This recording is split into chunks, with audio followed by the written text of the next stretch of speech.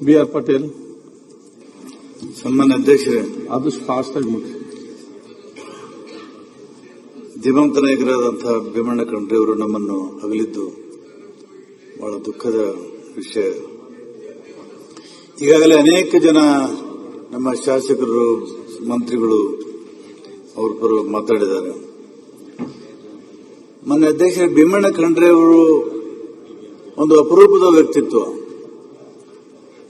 ಅವರು ಹಠವಾದಿಗಳು, ಖಂಡಿತವಾದಿಗಳು ಮತ್ತು ಒಂದೊಂದು ಸಲ ಬಂಡಾಯಗಾರರು ಕೂಡ ಆಗ್ತಾ ಇದ್ರು. ಅವರು ಹಿಂದೆ ಏನು ಹೈದರಾಬಾದ್ ನಿಜಾಮನ ಆಡಳಿತದಲ್ಲಿದ್ದಂಥ ಪ್ರದೇಶದಲ್ಲಿ ದೊಡ್ಡ ದಂಗೆ ಆಯಿತು. ಅವಾಗ ಭೀಮಣ್ಣ ಖಂಡ್ರೆ ಅವರು ನಿಜಾಮನ ವಿರುದ್ಧ ಹೋರಾಟ ಮಾಡಿಲ್ಲ, ರಜಾಕರ ವಿರುದ್ಧ ಹೋರಾಟ ಮಾಡಿದ್ರು. ಬಹಳ ಜನರಿಗೆ ತಪ್ಪು ಕಲ್ಪನೆ ಇದೆ. ನಿಜಾಮು ಅವನು ಜಾತ್ಯತೀತನಾಗಿದ್ರು ಮತ್ತು ಭಾರತದ ಪರವಾಗಿದ್ರು. ಆದರೆ ರಜಾಕಾರರು ಅವ್ರ ಮೇಲೆ ಒತ್ತಡ ಹೇರಿ ಪಾಕಿಸ್ತಾನ ಪರವಾಗಿ ನಿಲ್ಲಬೇಕನ್ನುವಂತ ಒತ್ತಡ ಮಾಡ್ತಿರ್ಬೇಕಾದ್ರೆ ನಮ್ಮ ಭಾಗದಲ್ಲಿ ಬಹಳ ಹಿಂಸೆ, ಕೊಲೆ, ಸುಲಿಗೆಗಳಾದವು. ಅವಾಗ ಭೀಮಣ್ಣ ಖಂಡ್ರೆ ಅವರು ರಜಾಕಾರರ ವಿರುದ್ಧ ಹೋರಾಟ ಮಾಡಿದ್ರು. ಹಾಗಾಗಿ ಭೀಮಣ್ಣ ಖಂಡ್ರೆ ಅವರು ಯಾವುದೇ ಒಂದು ಸಮುದಾಯದ ವಿರುದ್ಧ ಇರಲಿಲ್ಲ. ಅವರು ನ್ಯಾಯದ ಪರವಾಗಿದ್ರು ಮತ್ತು ಸತ್ಯದ ಪರವಾಗಿದ್ರು. ಮಾನ್ಯ ಅಧ್ಯಕ್ಷರೇ, ಭೀಮಣ್ಣ ಖಂಡ್ರೆ ಅವರು ಪ್ರಜಾ ಸಮಾಜವಾದಿ ಪಕ್ಷದಲ್ಲಿದ್ದರು. ಆ ಕಾರಣಕ್ಕಾಗಿಯೇ ಅವರಿಗೆ ಕ್ರಾಂತಿಕಾರಿ ವಿಚಾರದಲ್ಲಿ ನಂಬಿಕೆ ಮತ್ತು ವಿಶ್ವಾಸ ಇತ್ತು. ಪ್ರಜಾ ಸಮಾಜವಾದಿ ಒಂದು ಕಾಲಕ್ಕೆ ಬೀದರ್ ಜಿಲ್ಲೆ ಸಮಾಜವಾದಿ ಪಕ್ಷದ ಒಂದು ಗಡವಾಗಿತ್ತು. ಶಿವಮೊಗ್ಗ ಜಿಲ್ಲೆ ಕೂಡ ಆಗಿತ್ತು. ಅಲ್ಲಿ ಆರ್ ವಿ ಬೀಡಪ್ಪನವರು, ಭೀಮಣ್ಣ ಖಂಡ್ರೆ ಅವರು, ಕೃಷ್ಣರಾವ್, ಕಾಶಿನಾಥರು, ಬೇಲೂರಿಯವರು ಮತ್ತು ದಯಾನಂದರವರು, ಅನೇಕ ಜನ, ವೈಜನಾಥ್ ಪಾಟೀಲ್ರು, ಬಹಳಷ್ಟು ಜನ ಸಮಾಜವಾದಿ ಪಕ್ಷವನ್ನು ಕಟ್ಟಿ ಬೆಳೆಸಿದ ಕಾರಣಕ್ಕಾಗಿ ಬೀದರ್ ಇವತ್ತು ಕೂಡ ಪ್ರತಿಭಾವಂತ ಜಿಲ್ಲೆ ಆಗಲಿಕ್ಕೆ ಕಾರಣವಾಗಿದೆ. ಭೀಮಣ್ಣ ಖಂಡ್ರೆ ಅವರು ನಾನು ವಿಧಾನ ಪರಿಷತ್ನಲ್ಲಿ ಒಟ್ಟಿಗೆ ಸ್ಥಳೀಯ ಕ್ಷೇತ್ರದಿಂದ ಗೆದ್ದು ಬಂದು ಆಯ್ಕೆಯಾದಂತಹ ಸಂದರ್ಭದಲ್ಲಿ ಅವರ ಜೊತೆಗೆ ಒಡನಾಟ ನಂದು ಜಾಸ್ತಿ ಆಯಿತು. ಅವರು ಭ್ರಷ್ಟಾಚಾರದ ವಿರುದ್ಧ ಮಾತಾಡೋರು ಅಪರೂಪದ ರಾಜಕಾರಣಿಗಳಲ್ಲಿ ಅವರು ಒಬ್ಬರು. ಬಹಳ ನಿಷ್ಠುರವಾದಿಯಾಗಿ ಮಾತಾಡ್ತಾ ಇದ್ರು ಭ್ರಷ್ಟಾಚಾರದ ವಿರುದ್ಧ. ಒಂದ್ಸಲ ಮಾನ್ಯ ಅಧ್ಯಕ್ಷರೇ, ಅವರು ಬಡವರ ಪರವಾಗಿ ಎಷ್ಟಾಗಿದ್ರು ಅಂದ್ರೆ 72 ಭೀಕರ ಬರಗಾಲ ನಮ್ಮ ಭಾಗದಲ್ಲಿ ಬಿದ್ದಿತ್ತು. ಆ ಭೀಕರ ಬರಗಾಲ ಬಿದ್ದಾಗ ಜನ ಅನ್ನದಿಂದ ಸಾಯ್ತಾ ಇದ್ರು, ಅನ್ನ ಇಲ್ದೇನೆ. ಅವಾಗ ಜನರನ್ನ ಕರ್ಕೊಂಡು ಹೋಗಿ ಗೋದಾಮದ ಮೇಲೆ ದಾಳಿ ಮಾಡಿ ಬಡವರಿಗೆ ಅನ್ನವನ್ನು ಹಂಚಿದಂತ ದೊಡ್ಡ ಕ್ರಾಂತಿಕಾರಿ ಕೆಲಸವನ್ನ ಭೀಮಣ್ಣ ಖಂಡ್ರೆ ಅವರು ಮಾಡಿದ್ರು. ಅದು ಕಾನೂನಿನ ವಿರುದ್ಧ ಆಗಿದ್ರು ಕೂಡ ಜನಪರವಾಗಿ ಅದೊಂದು ಹೋರಾಟವನ್ನ ಮಾಡಿದ್ರು. ಅಂತ ಒಂದು ಕ್ರಾಂತಿಕಾರಿ ವ್ಯಕ್ತಿ ನಮ್ಮನ್ನ ಅಗಲಿದ್ದು ಬಹಳ ದುಃಖದ ಸಂಗತಿ ಅನ್ನಂತ ನಾನು ಮಾತನ್ನ ಹೇಳ್ತಾ ಇದ್ರೆ. ಮಾನ್ಯ ಅಧ್ಯಕ್ಷರೇ, ಅವರು ಊಟದ ಪದ್ಧತಿ, ಅವರ ಶಿಸ್ತು, ಅವರ ನಡವಳಿಕೆ ಬಗ್ಗೆ ಇಂಥವೆಲ್ಲ ಅನೇಕ ಜನ ಮಾತಾಡಿದಿರಿ. ಮಾನ್ಯ ಅಧ್ಯಕ್ಷರೇ, ತಮಗೆ ಗೊತ್ತಿರಬೇಕು, ವಿಧಾನಸಭೆಗೆ ಬಂದಾಗ ಅವ್ರು ಯಾವತ್ತೂ ಕೂಡ ಲಿಫ್ಟ್ ಹತ್ತಿದಿಲ್ಲ, ಮೆಟ್ಲತ್ತೇ ಇರ್ತಾ ಇದ್ರು, ಮೆಟ್ಲತ್ತೇ ಇಳಿತಾ ಇದ್ರು. ಅಂದ್ರೆ ಆರೋಗ್ಯದ ಬಗ್ಗೆ ಅವರಿಗೆ ಒಂದು ಅಷ್ಟೊಂದು ವಿಶ್ವಾಸ. ಒಂದ್ಸಲ ನಾವು ಶಾಸಕರಾಗಿ ಆಯ್ಕೆ ಬಂದ ಮೇಲೆ 83ರಲ್ಲಿ ಶಾಸಕರ ದಿನಾಚರಣೆ ನಡೆಯಿತು. ಶಾಸಕರ ದಿನಾಚರಣೆಯಲ್ಲಿ ವೀರಪ್ಪ ಮೊಯ್ಲಿ ಅವರು ಭಾಗವಹಿಸಿ ಅಲ್ಲಿಯ ಸಂಸ್ಕೃತಿಯನ್ನು ವ್ಯಕ್ತಪಡಿಸಿದ್ರು. ಅನೇಕ ಜನ ತಮ್ಮ ಪ್ರತಿಭೆಯನ್ನು ವ್ಯಕ್ತಪಡಿಸಿದರು. ಭೀಮಣ್ಣ ಖಂಡ್ರೆ ಅವರು ವೇದಿಕೆ ಮೇಲೆ ಬಂದು ಬಟ್ಟೆ ತೆಗೆದು ಚಡ್ಡಿ ಹಾಕೊಂಡು ಯೋಗ ಮಾಡಿ ತೋರಿಸೋರು ನಮಗೆ. ಅವತ್ತು ನಮಗೆ ಯೋಗದ ಮಹತ್ವತೆ, ಯೋಗದ ಶಕ್ತಿ, ಯೋಗ ಅಂದ್ರೆ ಏನು ಅಂತ ನಮ್ಗೆ ಗೊತ್ತಾಯ್ತು. ಅಂದ್ರೆ ಯೋಗ, ನಿರಂತರವಾಗಿ ಯೋಗ ಮಾಡ್ತಾ ಇದ್ರು. ಅವರು ಹಾಲು ರೊಟ್ಟಿ, ಹಾಲು ಅನ್ನ ಇದೇ ತಿಂತಿದ್ರು. ಅಷ್ಟು ಆಹಾರದ ಬಗ್ಗೆ ಅವರಿಗೆ. ಆದರೆ ಸಾತ್ವಿಕ ಆಹಾರ ತಿಂದ್ರು ಕೂಡ ಕ್ರಾಂತಿಕಾರಿ ವಿಚಾರ ಇತ್ತು. ಅವರು ಯಾವತ್ತು ಸುಭಾಷ್ ಚಂದ್ರರ ವಿಚಾರವನ್ನು ಹೇಳ್ತಾ ಇದ್ರು, ಭಗತ್ ಸಿಂಗ್ರ ವಿಚಾರವನ್ನು ಹೇಳ್ತಾ ಇದ್ರು. ಕ್ರಾಂತಿಕಾರಿ ವಿಚಾರವನ್ನು ಹೊಂದಿದಂತ ಭೀಮಣ್ಣ ಖಂಡ್ರೆ ಅವರು ಇವತ್ತು ನಮ್ಮನ್ನು ಅಗಲಿ ಹೋಗಿದ್ದಾರೆ. ಹಾಗಾಗಿ ಅವರಿಂದ ನಾವು ಅನೇಕ ಪ್ರೇರಣೆಯನ್ನು ಪಡೆದಿದ್ದೇವೆ. ಅವರು ಅನೇಕ ರಾಜಕೀಯ ಏಳುಗಳ ಮಧ್ಯೆ ಕೂಡ ಇವತ್ತು ತಮ್ಮ ವ್ಯಕ್ತಿತ್ವವನ್ನು ಕಾಪಾಡಿಕೊಂಡು ಬಂದರು. ಅಂತವರಿಗೆ ಶ್ರದ್ಧಾಂಜಲಿಯನ್ನು ಸಲ್ಲಿಸುವಂತಹ ಅವಕಾಶವನ್ನು ತಾವು ಕೊಟ್ಟಿದ್ರೆ ಅವರ ಕುಟುಂಬಕ್ಕೆ ಯಾವತ್ತು ದುಃಖ ಭರಿಸುವಂತಹ ಶಕ್ತಿ ಬರಲಿ ಅನ್ನುವಂತ ನಾನು ಮಾತನ್ನು ಹೇಳ್ತಾ, ಬಹಳ ಅಧ್ಯಕ್ಷರೇ, ತಾವು ಪ್ರೊಫೆಸರ್ ಮಾಧವ್ ಗಾಡಿಗಳವರ ಬಗ್ಗೆನೂ ಕೂಡ ಸಂತಾಪ ಸೂಚನೆ ನಿಲುವಳಿಯಲ್ಲಿ ಇಟ್ಟಿದ್ರಿ. ನಾನು ಕಸ್ತೂರಿ ರಂಗನ್ ವರದಿಯನ್ನು ಕೂಡ ನೋಡಿದ್ದೇನೆ ಮತ್ತು ಪ್ರೊಫೆಸರ್ ಮಾಧವ್ ಗಾಡಿಗಳ ವರದಿಯನ್ನು ನೋಡಿದ್ದೇನೆ. ಮಾಧವ್ ಘಾಟ್ಗಳ ವರದಿ ನಮ್ಮ ಕರ್ನಾಟಕಕ್ಕೆ ವೆಸ್ಟರ್ನ್ ಘಾಟ್ಗೆ ಬಹಳ ಹೊಂದಿಕೊಂಡಂಗಾಗಿತ್ತು, ಅದರ ಪರವಾಗಿತ್ತು. ಆ ದುರ್ದೈವದಿಂದ ಮಾಧವ್ ಘಾಟ್ಗಳ ವರದಿ ಕೂಡ ನಮ್ಮ ಸರ್ಕಾರ ತಿರಸ್ಕಾರ ಮಾಡಿತು. ಇದು ಬಹಳ ದುರ್ದೈವ ಸಂಗತಿ. ಹಾಗಾಗಿ ಮಾಧವ್ ಘಾಟ್ಗಳವರು ಕನ್ನಡ ನಾಡಿಗೆ ಕೊಟ್ಟಂತ ದೊಡ್ಡ ಒಂದು ಕೊಡುಗೆ ಅಂದ್ರೆ ಅವರ ವರದಿ. ನಾನು ಸರ್ಕಾರಕ್ಕೆ ವಿನಂತಿ ಮಾಡ್ಕೋತೇನೆ, ಪುನಃ ಅದನ್ನು ಪರಿಶೀಲನೆ ಮಾಡಬೇಕು, ಆ ವರದಿಯನ್ನು ಅನುಷ್ಠಾನಗೊಳಿಸಬೇಕು ಅಂತ ಹೇಳಿ ನಾನು ವಿನಂತಿ ಮಾಡಿಕೊಂಡು ಲಕ್ಕಪ್ಪನವರಿಗೂ ಕೂಡ ನಾನು ಶ್ರದ್ಧಾಂಜಲಿ ಸಲ್ಲಿಸಿ ನನ್ನ ಮಾತನ್ನು ಮುಗಿಸ್ತೇನೆ. ಅಲಂ ಪ್ರಭು ಅವರು ಬೇಗ ಮೀನ್ಸ್ ಅವರು ಟೈಮ್ ಇಲ್ಲ, 2 ಗಂಟೆ ಆಯ್ತು. ಮತ್ತೆ ನಮ್ಮ ಈಶ್ವರ ಖಂಡ್ರು ಮಾತಾಡಲಿ, ಶ್ರೀನಿವಾಸ್ ಎಲ್ಲರಿಗೆ ಮಾತಾಡಲಿಕ್ಕೆ ಆಶೆ ಇದೆ. ಟೈಮ್ 2 ಗಂಟೆ ಆಯ್ತು. ಈಶ್ವರ ಖಂಡ್ರು ಮಾತಾಡಲಿಕ್ಕೆ ಅಲಂ ಪ್ರಭು ಬೇಗ ಫಾಸ್ಟ್. ಅತ್ಯಂತ ಹಿರಿಯ ಮುತ್ಸದ್ದಿ ರಾಜಕಾರಣಿಯಾಗಿ, ಲೋಕನಾಯಕರಾಗಿ, ಸಮಾಜ ಸಂಘಟನೆಯಲ್ಲಿ ಮತ್ತು ಆ ಭಾಗದ ಅನೇಕ ಸಮಸ್ಯೆಗಳ ಬಗ್ಗೆ ಸರ್ಕಾರದ ಗಮನ ಸೆಳೆಯತಕ್ಕಂಥ ರೀತಿಯಲ್ಲಿ ಇವರು ಸ್ವಾತಂತ್ರ್ಯ ಹೋರಾಟಗಾರರು ಹೌದು ಮತ್ತು ರಜಾಕಾರ ಸಂದರ್ಭದಲ್ಲಿ ಸಾಕಷ್ಟು ಹೋರಾಟವನ್ನು ಮಾಡಿರ್ತಕ್ಕಂಥ ಆ ಭಾಗದ ಗಣ್ಯ ವ್ಯಕ್ತಿ ಮತ್ತು ನಮಗೇನು 371 ಇವತ್ತು ಬಂದಿದೆ, ಅದರ ಹೋರಾಟದ ರೂವಾರಿಗಳು ಕೂಡ ಹೌದು. ಇವತ್ತು 371 ಈ ಭಾಗಕ್ಕೆ ಬರಬೇಕಾದ್ರೆ ಸನ್ಮಾನ್ಯ ಭೀಮಣ್ಣ ಖಂಡ್ರೆಯವರು ಮೊದಲಿಂದ 40 ವರ್ಷಗಳ ಸತತವಾಗಿ ಹೋರಾಟ, ವೈಜನಾಥ್ ಪಾಟೀಲ್ ಇವರು ಎಲ್ಲ ಸೇರಿ ಮತ್ತು ಶೈಕ್ಷಣಿಕ ಕ್ರಾಂತಿ ಮಾಡಿರ್ತಕ್ಕಂಥವ್ರು ಮತ್ತು ಸಮಾಜದ ಬಗ್ಗೆ ಪಾದಯಾತ್ರೆ ಮಾಡಿರ್ತಕ್ಕಂಥವ್ರು. ಅಧ್ಯಕ್ಷರು ನಮ್ಮ ತಂದೆಯವರು ಹೇಳ್ತಾ ಇದ್ರು, ಅವ್ರ ಜೊತೆ ಪಾದಯಾತ್ರೆ ಮಾಡಿ ಸಮಾಜ ಸಂಘಟನೆ, ರೈತರ ಸಮಸ್ಯೆಗಳ ಬಗ್ಗೆ, ಅನೇಕ ಸಾಮಾಜಿಕ ಸಮಸ್ಯೆಗಳ ಬಗ್ಗೆ ಪಾದಯಾತ್ರೆ ಮಾಡಿರ್ತಕ್ಕಂಥ ಸಂದರ್ಭ ಮತ್ತು ಇವರೆಲ್ಲ ಇವು ಮಾಡಿರ್ತಕ್ಕಂಥ ಘಟನೆಗಳನ್ನು ನೋಡಿ 2014ರಲ್ಲಿ ನಾವೆಲ್ಲ ಪಕ್ಷ ಭೇದ ಮರೆತು ಎಲ್ಲ ಪಕ್ಷದವರು ಸೇರಿ, ಸಮಾಜದ ಬಂಧುಗಳು ಸೇರಿ ನನ್ನನ್ನು ಅಧ್ಯಕ್ಷ ಮಾಡಿದರು.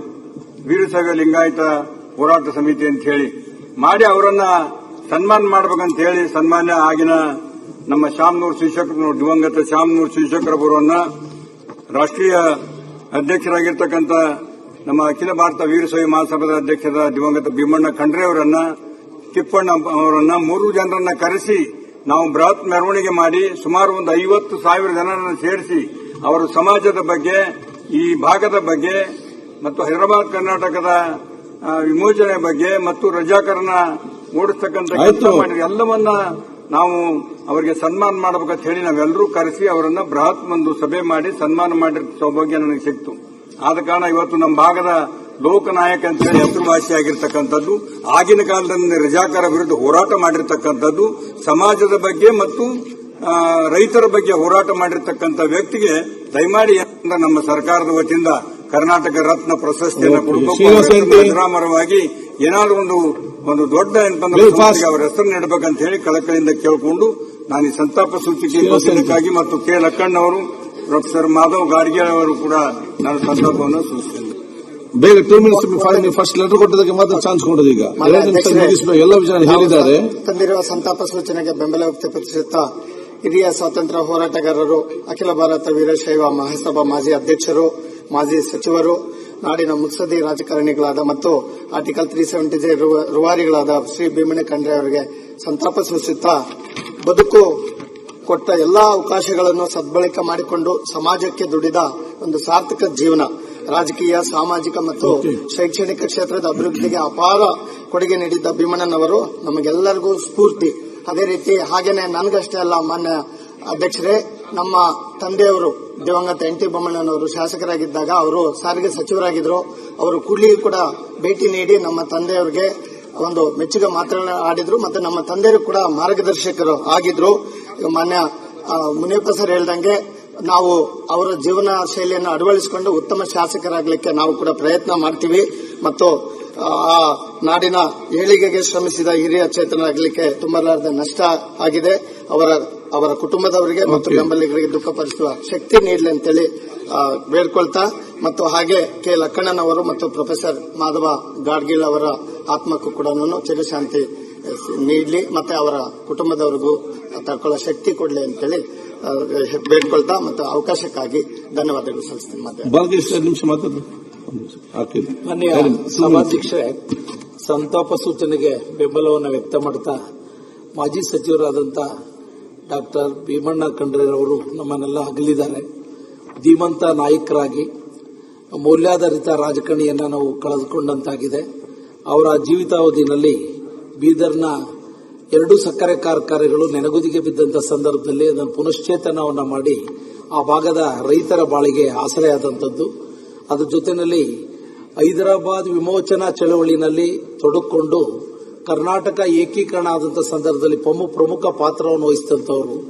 ಅದರ ಜೊತೆಯಲ್ಲಿ ಶಾಂತಿವರ್ಧಕ ಒಂದು ವಿದ್ಯಾಸಂಸ್ಥೆಯ ಅಧ್ಯಕ್ಷರಾಗಿ 3 ದಶಕಗಳ ಕಾಲ ಆ ಗಡಿ ಭಾಗದ ಬಡವರ ರೈತರ ಮಕ್ಕಳ ವಿದ್ಯೆಗೆ ಒಂದು ಶಕ್ತಿ ಕೊಟ್ಟಂತ ಒಬ್ಬ ಮಹಾನಾಯಕರಾಗಿದ್ದರು.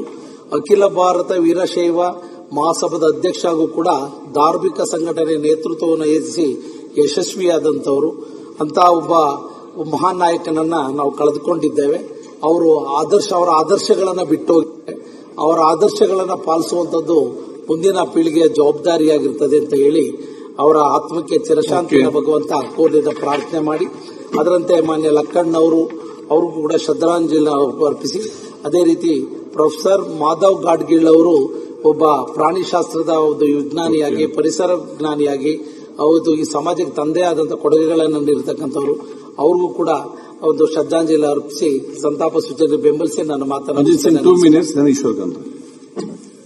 ಸನ್ಮಾನ್ಯ ಸಭಾಧ್ಯಕ್ಷರೇ, ತಾವು ತಂದಿರುವಂತಹ ಸಂತಾಪ ಸೂಚನೆಗೆ ಬೆಂಬಲಿಸಿ ಡಾಕ್ಟರ್ ಭೀಮಣ್ಣ ಖಂಡ್ರೆ ಅವರು ಲೋಕನಾಯಕ ಹಾಗೂ ಗಡಿನಾಡಿನ ಸಿಂಹ ಅಂತ ಪ್ರಖ್ಯಾತರಾಗಿದ್ದರು. ಹಿರಿಯ ಮುತ್ಸದ್ದಿ ರಾಜಕಾರಣಿ, ಅಖಿಲ ಭಾರತ ವೀರಶೈವ ಮಹಾಸಭಾದ ಅಧ್ಯಕ್ಷರಾಗಿ ಅವರು ಕಾರ್ಯವನ್ನು ನಿರ್ವಹಿಸಿದ್ರು ಮತ್ತು ಅನುಭವ ಮಂಟಪದ ಕೆಲಸದಲ್ಲಿ ತಮ್ಮನ್ನೇ ತಾವು ತೊಡಗಿಸಿ ಕಲ್ಲು ಮಣ್ಣು ಎತ್ತಿ ಆ ಒಂದು ಕಟ್ಟಡ ನಿರ್ಮಾಣಕ್ಕಾಗಿ ಸಂಪೂರ್ಣವಾಗಿ ಅವರು ಒಂದು ಸಹಕರಿಸಿದ್ರು. ಮತ್ತೆ ಮಹಾತ್ಮ ಗಾಂಧಿಯವರ ಒಂದು ಸ್ವಾತಂತ್ರ್ಯ ಹೋರಾಟದಿಂದ ಪ್ರಭಾವಿತರಾಗಿ ಮತ್ತೆ ನಮ್ಮ ಹೈದರಾಬಾದ್ ಕರ್ನಾಟಕ ವಿಮೋಚನದಲ್ಲಿ ನಿಜಾಮರವರ ವಿರುದ್ಧ ಹೋರಾಟವನ್ನು ಅವರು ಕೂಡ ಮಾಡಿದ್ರು. ಸುಮಾರು 4 ಬಾರಿ 1962, 67 ಶಾಸಕರಾಗಿ, 78, 83 ಶಾಸಕರಾಗಿ, ಮತ್ತೆ 2 ಬಾರಿ ಮೇಲ್ಮನೆಯ ಸದಸ್ಯರಾಗಿ ನಮ್ಮ ತಂದೆಯವರು ಕೂಡ ಅವಾಗ ಮಂತ್ರಿ ಆಗಿದ್ರು. 1997ರಲ್ಲಿ ಮಲ್ಲಿಕಾರ್ಜುನ್ ಖರ್ಗೆ ಸಾಹೇಬ್ರು, ಧರಮ್ ಸಿಂಗ್ ಸಾಹೇಬ್ರು, ಭೀಮಣ್ಣ ಖಂಡ್ರೆ. ಮತ್ತೆ ವಿಶೇಷವಾಗಿ ಅವ್ರನ್ನ ಹತ್ತಿರದಿಂದ ನಾನು ಯಾವಾಗ ನೋಡಿದ್ದೀನಿ ಅಂದ್ರೆ 2009 ಚುನಾವಣೆಯಲ್ಲಿ ಅವರೇ ಅದರ ಒಂದು ಜವಾಬ್ದಾರಿಯನ್ನು ವಹಿಸಿ ಸೋನಿಯಾ ಗಾಂಧಿ ಅವರು ಬಂದಾಗ ಅಲ್ಲಿ ಮಾಡ್ತಕ್ಕಂಥ ಅವರ ಒಂದು ಬಹಳ ಒಂದು ದೊಡ್ಡ ಪಾತ್ರ. ಮತ್ತೆ ಅವರು ನಮ್ಮ ತಂದೆಯವರಾಗಿನ ದಿವಂಗತ ಧರಮ್ ಸಿಂಗ್ ಸಾಹೇಬ್ರಿಗಿಂತ ಸುಮಾರು 12 ವರ್ಷ ಹಿರಿಯರಾಗಿದ್ರು. ಅವರು ಉಸ್ಮಾನಿಯಾ ಯೂನಿವರ್ಸಿಟಿಯಲ್ಲಿ ಅವರು ಕೂಡ ಓದಿದ್ರು.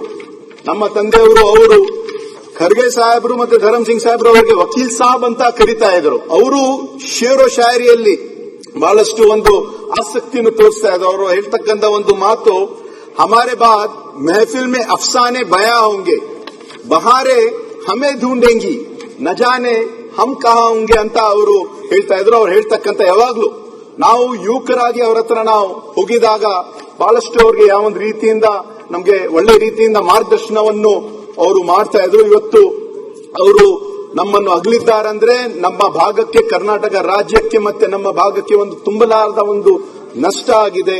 ಅವರ ಇವತ್ತು ಈಶ್ವರ್ ಖಂಡ್ರೆ ಅವರು ಕೂಡ ಒಳ್ಳೆ ರೀತಿಯಿಂದ ಅವರು ಕೂಡ ಕಾರ್ಯವನ್ನು ನಿರ್ವಹಿಸ್ತಾ ಇದ್ದಾರೆ. ಮತ್ತೆ ಅವರ ಮೊಮ್ಮಗ ಆಗಿರುವಂತಹ ಸಾಗರ್ ಖಂಡ್ರೆ ಅವರು ಕೂಡ MP ಆಗಿ ಬಹಳಷ್ಟು ಒಂದು ಕೆಲಸವನ್ನು ಮಾಡ್ತಾ ಇದ್ದಾರೆ. ಮತ್ತೆ ಅದರ ಜೊತೆಯಾಗಿ ರಾಜಕಾರಣಿ